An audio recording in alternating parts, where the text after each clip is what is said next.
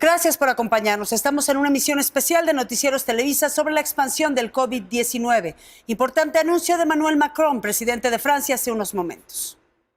Estamos en guerra, de manera que para protegernos y para contener la propagación del virus y también para proteger nuestro sistema de salud, esta mañana los europeos tomamos una decisión en conjunto. A partir de mañana, al mediodía, las fronteras de entrada a la Unión Europea y del espacio Schengen quedarán cerradas. Más concretamente, todos los viajes entre los países no europeos y la Unión Europea quedarán suspendidos durante 30 días. Van 53 casos en México, en vigilancia 176 personas. A unas horas de que concluyera el Festival Vive Latino y las críticas, ¿qué ha dicho hoy la jefa de gobierno, Claudia Sheinbaum, respecto a la preocupación por posibles contagios? Vamos en vivo con Mario Torres. Mario, buenas tardes. ¿Qué tal, Carla? Gracias. Muy buenas tardes. Comentarte que fuimos citados a una conferencia de prensa esta tarde en este salón, es el Salón Francisco Zarco. Regularmente las conferencias son en un salón contiguo, que es más pequeño, pero en esta ocasión se decidió que fuera aquí porque como parte de estas medidas de prevención, el Gobierno de la Ciudad de México lo que ha implementado en esta ocasión es que los reporteros estemos sentados a una distancia de 1,5 metros entre cada uno. Y dijo que esto será de esta manera hasta en tanto las condiciones no cambien. La jefa de gobierno, Carla, citó esta conferencia de prensa para anunciar varias cosas. Primero, dijo que a partir de mañana se reanuda el servicio del metro en la línea 1 entre las estaciones Chapultepec y Observatorio. Hay que recordar que debido al accidente ocurrido la noche del pasado martes, estaciones como Juanacatlán, Tacubaya y Observatorio se encuentran cerradas. La jefa de gobierno anunció que ya se quitaron los vagones, ya terminaron las obras, solamente falta esperar lo que den a conocer los dictámenes, tanto periciales como de la Fiscalía General de la República, respecto para conocer los detalles que causaron este incidente, pero que a partir de mañana ya se reanuda el servicio del metro. Y respecto al coronavirus, la jefa de gobierno ha dado a conocer la siguiente información. Primero, dice que va a proponer a las alcaldías y a empresas privadas que se pospongan los eventos públicos donde haya más de 1,000 personas. Aseguró que ya tiene conocimiento la jefa de gobierno que algunas empresas y sobre todo algunos centros como el Auditorio Nacional o bien la Arena México ya están tomando estas medidas de prevención. Sin embargo, dijo que todavía faltan algunos empresarios que todavía hay que platicar con ellos. De hecho, lo que estamos viendo a mis espaldas, están instalando estas mesas porque hoy en la tarde se reúne con los empresarios para que se dedican a ese tipo de eventos para tratar de convencerlos de que se cancelen o se pospongan estos eventos donde haya más de 1,000 personas. También se le preguntó sobre la posibilidad de cancelar lo que es el Viacruces en Iztapalapa.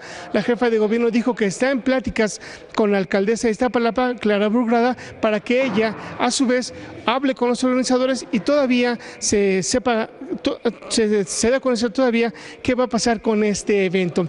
Respecto al COVID-19, la jefa de gobierno ha anunciado lo siguiente también. A partir de mañana se cancelarán las audiencias públicas que son a partir de las 6 de la mañana, porque dice que a recomendación de la Secretaría de Salud, las personas que más vienen a estas reuniones son personas de la tercera edad. Y por este motivo, para evitar que esas personas estén aquí tan temprano o puedan ser, como son un factor vulnerable, puedan ellas tener algún tipo de riesgo. También ha asegurado que como parte de estas medidas se llevarán a cabo también algunas medidas de protección en lo que tiene que ver con el transporte público. A partir de mañana también habrá un sistema de limpieza en las unidades del Metrobús, del metro y de RTP, en donde personas vestidas con overoles y con un sistema para poder llevar a cabo esta limpieza en camiones del transporte público. Comentarte, Carla, que en esta conferencia el jefe de gobierno dijo que a partir también de este día habrá 5 médicos y 4 cámaras termográficas más en el Aeropuerto Internacional de la Ciudad de México. Aseguró que estos filtros se van a colocar sobre todo en la llegada de personas extranjeras, en donde estas cámaras, que la gente no se dará cuenta, las cámaras van a detectar si tienen un grado de temperatura superior a lo normal, y cuando sean detectadas serán llevadas a una sala para ser aisladas, les van a hacer un cuestionario y de esta manera tratar de evitar que estas gentes que vengan con algún tipo de salud, quizás enfermos, puedan ser detectados cuando llegan a la Ciudad de México. Carla, estos son de los puntos más importantes que comentó esta tarde la jefa de gobierno aquí en este salón, el Francisco Zarco, que se adaptó para este nuevo sistema de conferencias que va a haber. Muchas gracias, Mario. Te quito un minuto más. Entonces, hay restricciones para eventos de más de 1,000 personas. De cualquier manera, la jefa de gobierno se reúne esta tarde con empresarios, ¿verdad? A las 5 de la tarde, para tratar de convencerlos de que esta modalidad de prevención se haga ya a partir de esa semana. Muchas gracias, Mario Torres. Gracias. Y en México, le digo, 53 casos confirmados, 176 sospechosos. La Secretaría de Salud informó que el 60% de los contagios son hombres, 40% mujeres. Los estados con mayor número de casos confirmados: la Ciudad de México con 17, Nuevo León con 12. En este fin de semana largo ya se registró un caso confirmado de COVID-19 en un vacacionista en el puerto de Acapulco. Y Acapulco tenía más de 70% de ocupación hotelera. La Secretaría de Salud de Guerrero informó que es un turista de origen argentino, ya está recibiendo la atención médica necesaria. Un segundo caso de coronavirus en Chilpancingo, en el aeropuerto de Cancún. Instalados filtros sanitarios con cámaras termográficas. Cancún ya registró el primer caso confirmado, un vacacionista de origen italiano.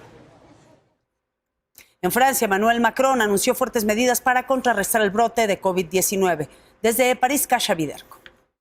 Esta es la crisis sanitaria más grave que haya vivido Francia desde hace un siglo y no estamos más que al inicio de la epidemia, dijo en su intervención solemne en la televisión el presidente Emmanuel Macron. Se laver les mains suffisamment longtemps avec du savon ou avec des gels hydroalcooliques. Cela veut dire saluer sans embrasser ou serrer la main pour ne pas se transmettre le virus. Cela veut dire se tenir à distance d'1 mètre. Ces gestes, ils peuvent vous apparaître anodins. Ils sauvent des vies. Francia es el tercer país más afectado de Europa, no obstante, Emmanuel Macron mantiene las elecciones municipales, cuya primera vuelta tendrá lugar este domingo. Han cambiado de manera radical los hábitos sociales, se evita el beso, el abrazo y el apretón de manos. Cada vez más compañías optan por el teletrabajo, se multiplican las consultas médicas por Internet. El primer ministro Édouard Philippe anunció la prohibición de cualquier reunión o evento de más de 100 personas. Cela veut dire que notre priorité est de tout faire pour ralentir la circulation du virus sur le territoire national. El Museo del Louvre y la Torre Eiffel, los monumentos más emblemáticos de Europa, cerraron hasta nuevo aviso por el coronavirus. Kasia Viderco, Noticieros Televisa, París. Y vámonos de Francia hasta Estados Unidos. Y agradezco mucho, esta es una exclusiva de Noticieros Televisa, que nos conteste la llamada un mexicano muy notable. Él es Luis Acevedo Rocha, uno de los más importantes investigadores en materia de detección de coronavirus. Él pertenece a un grupo investigador muy importante en Estados Unidos. Adelante, doctor. Sí, hola, ¿qué tal? Buenas tardes, ¿cómo están? Buenas tardes, pues agradezco mucho que nos pueda platicar qué hacen en GeoMag Diagnostics para intentar encontrar una prueba que sea efectiva. Bueno, lo primero es la detección, es tener una prueba que pueda identificar al virus de una manera eficiente y rápida. Entonces nuestra compañía, que se llama GenMark Diagnósticos, desarrolló este kit para poder detectar al coronavirus de una manera automatizada. No necesitas tener procesos manuales. Pones la muestra en el cartucho se cierra, se inserta en la máquina y después de 80, 90 minutos tienes una respuesta. Qué interesante lo que me está platicando. Hoy la Organización Mundial de la Salud dio la información de que se habían distribuido 120 millones de pruebas. Esto aceleraría muchísimo el esperar que durante 2 días tardara la prueba y te dieran el resultado. ¿Cómo funcionaría este instrumento que desarrollan en GenMark Diagnostics? Sí, mira, normalmente las técnicas tradicionales son las técnicas de diagnóstico molecular. Requieren 3 pasos para poder llegar a un resultado. La primera es la extracción del material genético. Tienes que sacar el DNA o en este caso el RNA del virus y tiene que extraer y purificar. Toma como 6 o 8 horas hacer este proceso. Después hay que hacer la amplificación del RNA, convertirlo de RNA a DNA y después amplificarlo a través de una reacción que se llama la reacción de la polimerasa, donde se generan billones de copias. Y después la tercera etapa es la detección, en donde con fluorescencia o con métodos electroquímicos puedes detectar al virus. Entonces son 3 pasos y estos 3 pasos toman tiempo y sí, las autoridades CDC y las autoridades de salud de Estados Unidos han desarrollado esta prueba, tarda como 2-3 días dependiendo del laboratorio, dependiendo de la habilidad de los técnicos, pero si tienes una prueba como la de nosotros, ya te dije, 80-90 minutos es mucho más rápido. ¿Qué implicaría, por ejemplo, ya ponerla al alcance de las autoridades de gobierno, investigador? En este momento mandamos nuestra solicitud ante la FDA para hacer la autorización del uso emergente de la prueba. Es una opción que tiene la FDA para aprobar una prueba más rápido y se mandó la semana pasada. Estamos esperando la aprobación de esta prueba en esta semana, pero estamos ya listos. Tenemos las máquinas, tenemos los cartuchos. Estamos listos para atacar esta pandemia y empezar de manera con el diagnóstico. Disculpe que le haga una pregunta tan básica. Platicamos con Luis Acevedo Rocha, él es Senior Manager, Research and Development de GenMark Diagnostics, que es un importante laboratorio en Estados Unidos. Ellos participan en una prueba, han hecho toda una tecnología que detectaría específicamente la cepa del COVID-19 en 80 o 90 minutos. Esto implicaría hacer pruebas, por ejemplo, a personas que ya desarrollaron síntomas y a quienes no tienen sintomatología, ¿verdad? Así es. Cualquier persona puede hacerlo con o sin síntomas. Cualquier persona que cree que ha sido expuesta al virus de alguna manera o personas que ya tienen los síntomas. ¿Qué tan difícil? Platícame en qué equipo multidisciplinario trabaja doctor Acevedo. Por ejemplo, hay genetistas, hay químicos, hay expertos en tecnología, hay infectólogos, hay epidemiólogos, hay virólogos. ¿Qué más hay en su equipo? Y usted es el único mexicano, entiendo, ¿verdad? Así es, soy el único mexicano en la sección de investigación y desarrollo. Tengo a mi equipo de trabajo y somos varios equipos de trabajo. Tenemos un equipo de microbiología, otro equipo de bioinformática, que al principio fue muy eficiente al identificar las secuencias para poder atacar al virus. Decidimos atacar el gen N, uno de los genes del virus es el gen de la nucleocápside, que te permite atacarlo, identificarlo y ser de una manera específica. Y aunque el virus en el futuro mute, aún así podemos identificarlo aunque el virus mute. Entonces es parte de lo que el equipo se decidió a trabajar. Obviamente después tenemos que desarrollar nuestras pruebas internas. Tenemos muchos científicos, muchos técnicos trabajando en la compañía. Tenemos gente que hace estudios clínicos. Entonces es todo un equipo de trabajo muy grande. Somos mínimo, nuestra empresa son 400 personas. Estamos trabajando los 3 turnos ahora produciendo estos kits. Ya fue desarrollado y ahora estamos en la fase de manufactura. Ahora, doctor Luis Acevedo Rocha, a una persona iría a su prueba y esa prueba se introduciría, digamos, en un dispositivo electrónico que detectaría en 80 o 90 minutos si la persona es portadora del COVID-19, ¿verdad? Correcto, así es el procedimiento. Ahora, por último, ¿qué siente ser un investigador mexicano entre 400 científicos internacionales luchando contra esto que hoy ha sido calificado como una tragedia humanitaria y como una crisis sanitaria global? Y solamente para quien alcanzó a ver tarde esta entrevista, ¿qué está desarrollando en este momento? Se siente mucho orgullo saber que podemos, nosotros mexicanos somos gente muy capaz y trabajando con un equipo de gente muy inteligente podemos todos salir adelante. Seguimos trabajando en la siguiente fase, no nada más de detectar este coronavirus. Tenemos otros productos en mente. Hay otros coronavirus allá afuera que ya fueron identificados años atrás. Son muy conocidos. Tenemos unos productos que identifican esos coronavirus, pero obviamente el COVID-19 es el que estamos centralizándonos ahora y tenemos que hacer la prueba todavía más eficiente. Ya es eficiente, ya es segura, es eficaz, pero obviamente tenemos que asegurarnos que sigue trabajando y sigue siendo de esa manera y podemos reducir el tiempo de identificación del virus. Exactamente, en espera de la aprobación del Centro de Control de Enfermedades y de la FDA, ¿verdad?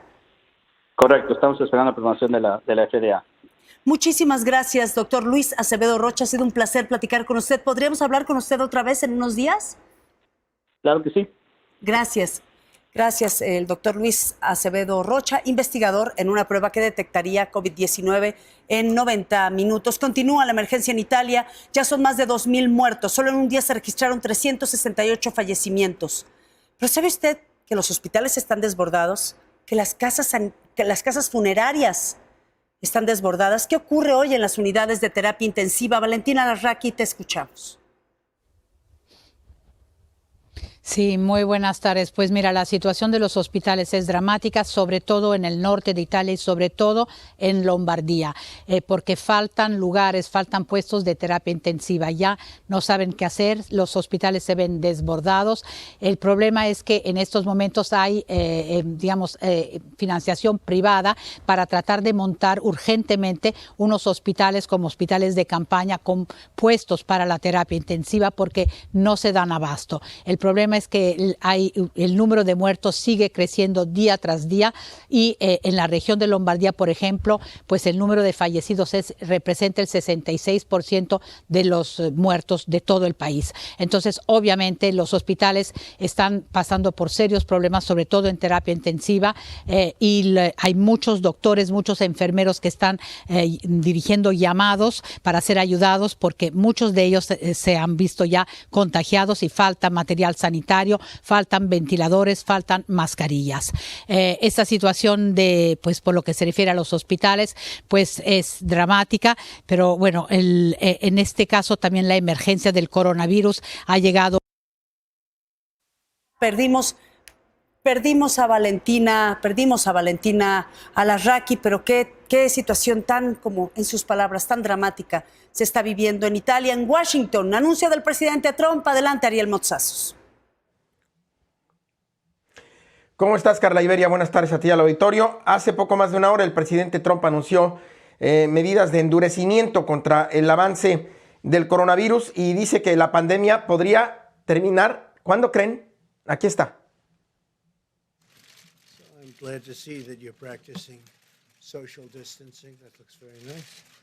That's very good. I want to thank everybody for being here today. This morning I spoke with the leaders of the G7 nations, and they Bueno, pues ahí está el presidente Trump. Discúlpame, Ariel, pero estábamos escuchando mal al presidente Trump.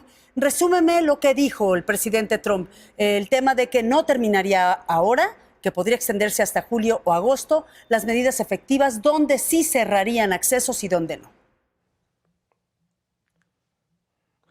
Así es, Carla Iberia. Bueno, él se aventuró a decir que en julio o agosto terminaría esta pandemia. No hay absolutamente ningún reporte científico de este término, de esta predicción del presidente Trump. En concreto, fueron 4 las medidas principales que anunció. La primera, evitar reuniones de más de 10 personas. Hace horas dijeron que 50, ahora ya son más de 10 personas, no reuniones. No viajar a menos que sea urgente. No ir a bares, a restaurantes, a plazas de alimento y no ir de compras, salvo al súper o a la farmacia.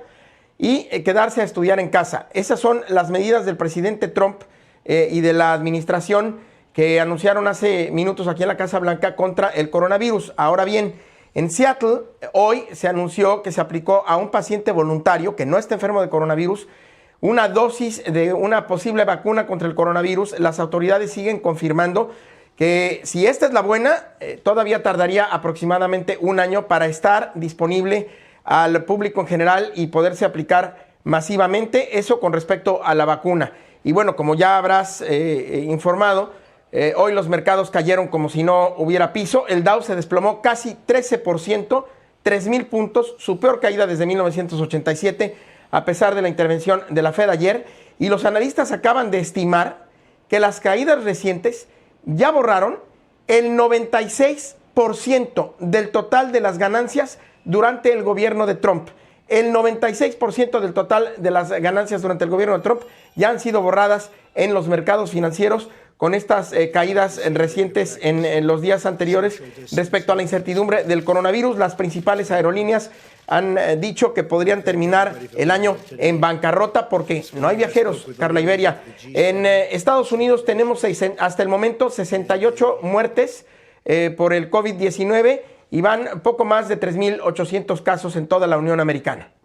Muchas gracias, Ariel Mochazos. Pues imagínate, la bandera del gobierno de Trump, que es el crecimiento económico, el 96% de las ganancias perdidas hoy.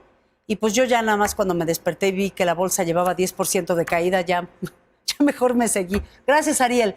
Y el primer ministro canadiense Justin Trudeau anuncia el cierre de fronteras. Solo podrán ingresar ciudadanos o residentes permanentes siempre y cuando no presenten síntomas. De lo contrario, tampoco podrán ingresar.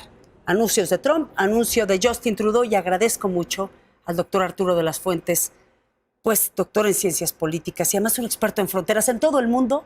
Más o menos, ¿qué cree que podría pasar con las fronteras, comercio, salud y el otro tipo de diplomacia, que es la diplomacia de la salud? Doctor, adelante. Yo creo que en el tema de las fronteras, bueno, ya son medidas extremas del cerrar la propia frontera, pero en la frontera México-Estados Unidos, tú sabes que es una frontera diferente a todas las demás, porque es la más dinámica de todas en el mundo. O sea, tú tienes básicamente 660,000 millones de dólares en comercio. Hay 1 millón de personas que cruzan diariamente en la frontera. Tienes 14 millones de personas que viven en los 38 municipios que colindan con los Estados Unidos y con los 24 condados en la parte de los Estados Unidos. Pasan 300,000 vehículos diarios, de los cuales 70,000 son de carga. Entonces ahí tú puedes ver la dimensión de lo que es la frontera México-Estados Unidos. Ahora te voy a platicar lo que vi el jueves. El día jueves, miércoles y jueves, estuvimos en la reunión binacional de Cruces y Puentes Internacionales en la ciudad de Far, que colinda con Reynosa. Ajá. Entonces nosotros, como a las 12 del día del miércoles, cruzamos el puente de Dona Río Bravo. Y nos llamó la atención porque nos tardamos más de 2 horas en poder cruzar. Y lo que nos dimos cuenta es que el protocolo ya estaba puesto en la parte del lado de Estados Unidos y por lo tanto el número de carriles se disminuye y cuando vas a pasar pues te tardas en eso. Al día siguiente, el día jueves a las 4 de la tarde, nos fuimos a Bronzeville porque ahí estamos haciendo la reconversión del puente ferroviario BM de ferroviario vehicular. Y salimos a hacer un recorrido y estamos parados en la parte de los peatones que pasan de Estados Unidos a México. Y aparecen los camiones amarillos donde traen a los estudiantes y a los niños mexicanos que estudian en Bronzeville y que cruzan a esa hora el puente. Y ellos estaban cruzando como si fuera cualquier otro día. Al mismo tiempo de donde estábamos, se veía el punto de revisión del lado americano. Y teníamos una cola de hasta la mitad del puente internacional. ¿Qué es lo que estaba pasando ahí? Ahí se estaba revisando, como siempre, el pasaporte, la visa, pero se estaba haciendo la revisión facial para ver la temperatura de las personas. O sea, el protocolo ya estaba. Pero de este lado no. O sea, tienes un mismo puente en donde un lado hay protocolo y el otro no.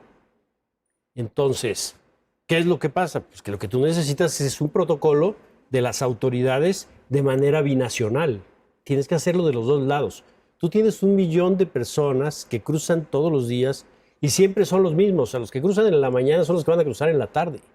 Entonces tienes que estar revisando en ambos lados. 14 millones de personas, nos dice el doctor Arturo de las Fuentes.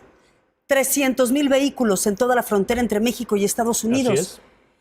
Esperaríamos entonces una ralentización del transporte que va hacia allá, pero ¿qué podríamos esperar de allá hacia acá, doctor? No, lo que necesitamos hacer es aplicar ya los protocolos en los dos lados, en la parte del lado de Estados Unidos y la parte del lado mexicano, pero de manera binacional. Porque a lo mejor sí te puede servir tener el protocolo del lado americano, pero ¿hasta qué tanto te puede servir? Porque si en algún momento se puede tomar la decisión de cerrar la frontera, de menos que sepas qué es lo que está pasando en cada uno de los 58 cruces y puentes internacionales. Por ejemplo, el de San Isidro, que está en Tijuana y San Diego. Ese es el cruce en donde pasa el mayor número de personas en una frontera en el mundo. Pasan 26,000 personas diarias. Tú tienes que tener un protocolo especial para ese